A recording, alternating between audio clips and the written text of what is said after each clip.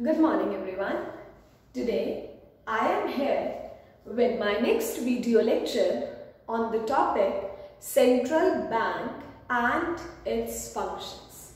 In the previous video we have discussed money supply and its measures. Today I will tell you about the central bank. Central bank is the main, is the supreme, is the apex authority which regulates, manages, controls, operates the entire monetary structure of the country. Each and every country has its own central bank. India's central bank is RBI, that is Reserve Bank of India. It is the supreme power. It is the apex authority which controls, which manages, which regulates the entire banking system. RBI has the currency authority, that is, RBI has the authority to print the currency. RBI acts as banker to the government. Like commercial bank works for the general public, RBI works for the government. The relationship we are having with the commercial bank, we are having our savings account, our FDs, our different types of, that is your savings in the commercial bank. Same relationship government bears with the central bank. RBI has the currency authority, RBI acts as banker to the government, RBI acts as bankers bank and supervisor. सारे बैंकों का bank कौन है, सारे बैंकों को guide कौन करता है, सारे बैंक्स को रेगुलेट कौन करता है, सुपरवाइज कौन करता है, इंस्ट्रक्शंस कौन देता है, that is RBI. Controller of money supply and credit. RBI money की सप्लाई को कंट्रोल करता है, रेगुलेट करता है. RBI क्रेडिट को कंट्रोल करता है. अगर हमारे पास एक छोटा सा पॉइंट आता है, अगर सारी कंट्रीज के पास एक अथॉरिटी होती कि जितनी मर्जी करेंसी प्रिंट करो, तो क्या होता, सारी कंट्रीज अमीर होती.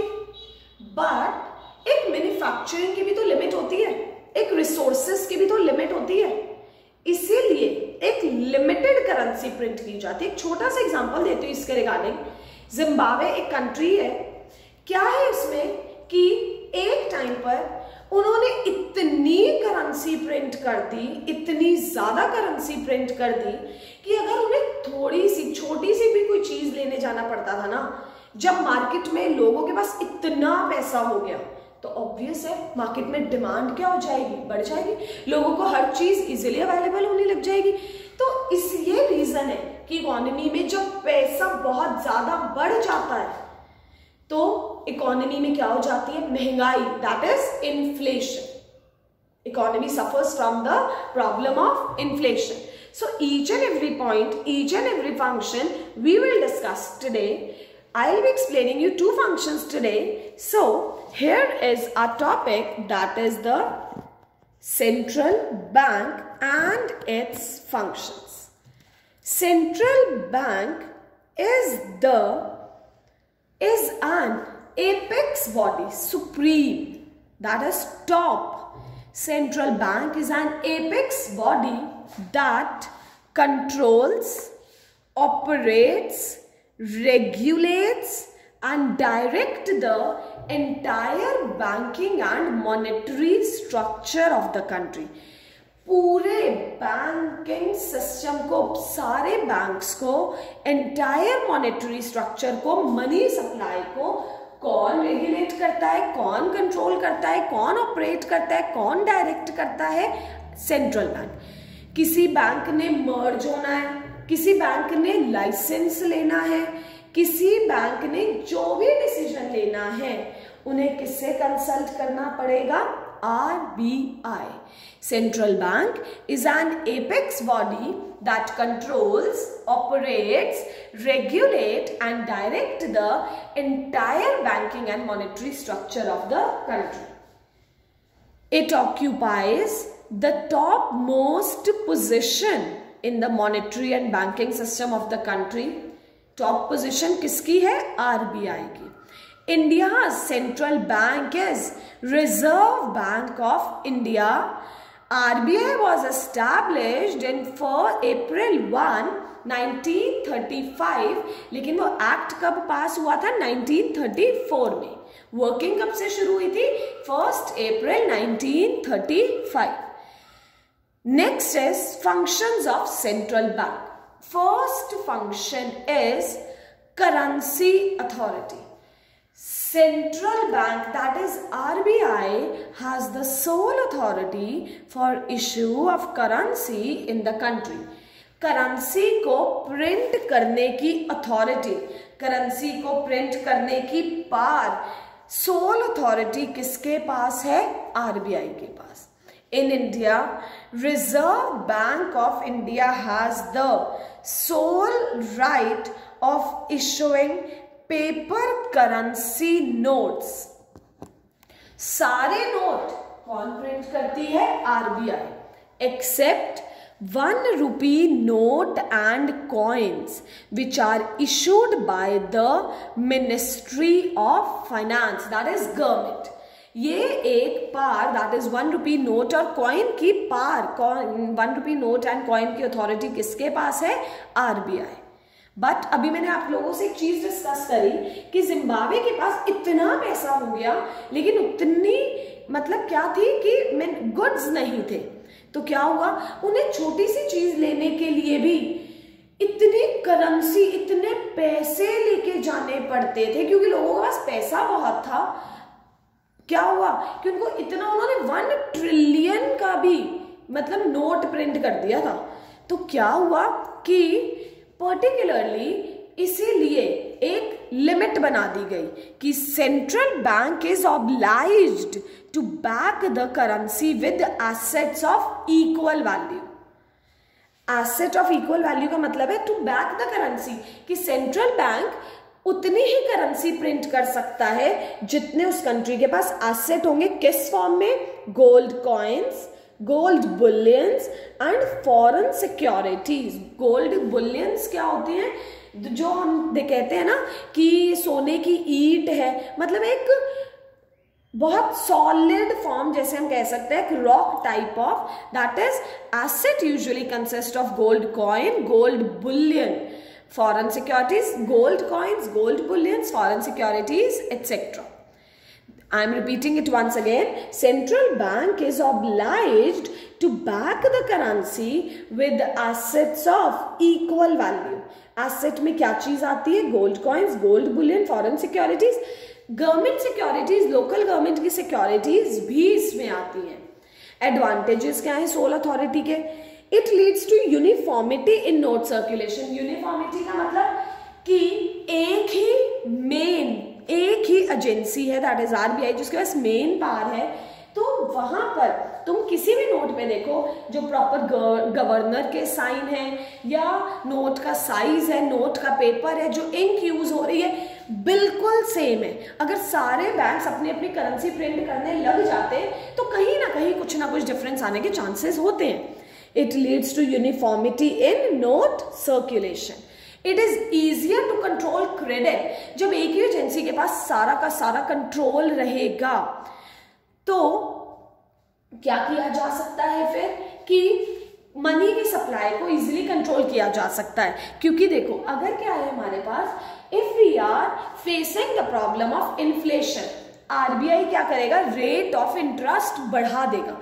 अगर आरबीआई कमर्शियल बैंक्स को ये कहेगा कि रेट ऑफ इंटरेस्ट, जिस रेट पर हम लोन लेते हैं, रेट ऑफ इंटरेस्ट बढ़ा दो, तो आरबीआई कमर्शियल बैंक्स को अगर कहेगा तो कमर्शियल बैंक्स हमसे ज्यादा चार्ज करेंगे. बहुत सारे लोग ऐसे होते हैं जो महंगे रेट ऑफ इंटरेस्ट पर लेना प्रेफर नहीं करते. It is easier. तो एक ही के पास करेंसी अथॉरिटी होने से it is easier to control credit when there is a single agency of note issue using various qualitative and quantitative instrument. ये instruments अभी हम डिटेल में पढ़ेंगे functions के ही 4th point में. That is quantitative and qualitative instruments of credit control like bank, rate, policy, etc. It enables the government to have supervision and control with the central bank. Government भी proper interact कर सकती है, government भी एक proper record ले सकती है कि इकोनॉमी में क्या चल रहा है, इकोनॉमी में कितनी मनी की सप्लाई है, क्योंकि सारी एजेंसी से अलग अलग इंफॉर्मेशन कलेक्ट करना पॉसिबल नहीं हो पाता है. It enables the government to have supervision and control over the central bank with respect to issue of notes. कि गवर्नमेंट इनके एक कंटैक्ट में रह के पता कर सकते हैं कितनी मनी सप्लाई है, तो इकोनॉमी में इन्फ्लेशन है, क्या सिचुएशन चल रही है, तो एक एजेंसी से कंटैक्ट करना पड़ेगा. It helps in stabilisation of internal and external value of the currency. Stabilisation of internal and external value कि जैसे हमारे रुपी की वैल्यू डॉलर के मुकाबले उसको मेंटेन करने में भी सिर्फ और सिर्फ किसके पास अथॉरिटी है, दैट इज सेंट्रल बैंक. अगर सब बैंक्स को करेंसी अथॉरिटी दे दी जाए तो सारे बैंक्स के लिए वैल्यूज को मेंटेन करना थोड़ा मुश्किल हो जाएगा. तो इसीलिए इंटरनल और एक्सटर्नल वैल्यू मतलब हमारे रुपये की वैल्यू बाहर की कंट्रीज में मतलब अपनी कंट्री में स्टेबल रहे, तो उसके लिए भी क्या है, that is your currency authority. सिर्फ कौन रखता है, RBI. Second function is banker to the government. Now what is banker to the government?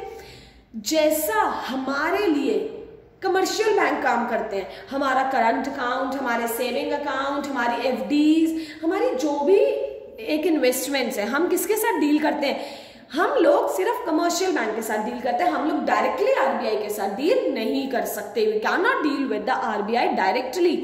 The reserve bank of India act as a banker. Reserve bank act as a banker, agent and financial advisor to the central government and all the state government. As a banker, RBI क्या क्या करता है government के लिए, government का current account RBI के पास, government के जितने भी रिसिप्ट्स हैं, हम लोग टैक्सेस पे करते हैं, हम लोग कहाँ पे करें, अपने अकाउंट के थ्रू, बट वो कहाँ जा रहा है, सारा RBI के पास. गवर्नमेंट के रिसिप्ट्स या पेमेंट्स या कोई भी रेमिटेंसेस, दैट इज ट्रांसफर्स या किसी भी तरह के बैंकिंग ऑपरेशन कौन परफॉर्म करती है, RBI. RBI को अगर लोन और कमर्शियल या गवर्नमेंट को अगर लोन चाहिए तो कौन देती है loan, that is your RBI. It also gives loans and advances to the government. The government borrows money. Government क्या करती है, RBI कभी भी गवर्नमेंट को ऐसे ही पैसा दे देगी, येलो पैसा, क्योंकि RBI एक स्टैट्यूटरी कॉर्पोरेशन है, अपनी उसके पास अलग अथॉरिटी है. The government borrows money by selling treasury bills. जैसे आप लोगों ने बिल ऑफ एक्सचेंज पढ़ा है कि हम लोग अपने बिल्स को एक्सचेंज करा सकते हैं बैंक में जाके डिस्काउंट पर, तो ऐसे ही जो गवर्नमेंट के ट्रेजरी बिल्स होते हैं, तो गवर्नमेंट उन बिल्स को एज अ सिक्योरिटी रख के, ये भी शॉर्ट टर्म बिल्स हैं, गवर्नमेंट उन बिल्स को सेल करके किसको सेल कर देगी, RBI को, और RBI से उतनी क्या ले लेगी, करेंसी ले लेगी. As an agent, central bank has the responsibility of managing the public debt. कि अगर गवर्नमेंट ने पैसे वगैरह रेज करे हुए, लोन्स वगैरह ले रखे हैं, तो उसको टाइम टू टाइम उसका इंटरेस्ट जाना, उसको मैनेज भी कौन करता है, RBI. As a financial advisor, central bank government को टाइम टू टाइम एडवाइस करता है इकोनॉमिक एंड मॉनेटरी मैटर्स को लेके. फॉर एग्जाम्पल GST कब लगना था, कौन किसने हेल्प आउट किया था इसमें, गवर्नर ने, दैट इज RBI के. या फिर जब ये डीमोनेटाइजेशन हुआ तो ये सिर्फ किसको पता था, our prime minister as well as RBI was involved in that. So as a financial advisor, central bank advises the government from time to time on economic and monetary matters. तो कौन guide करता है, that is RBI. These are the two functions. Please go through these two functions. Thank you.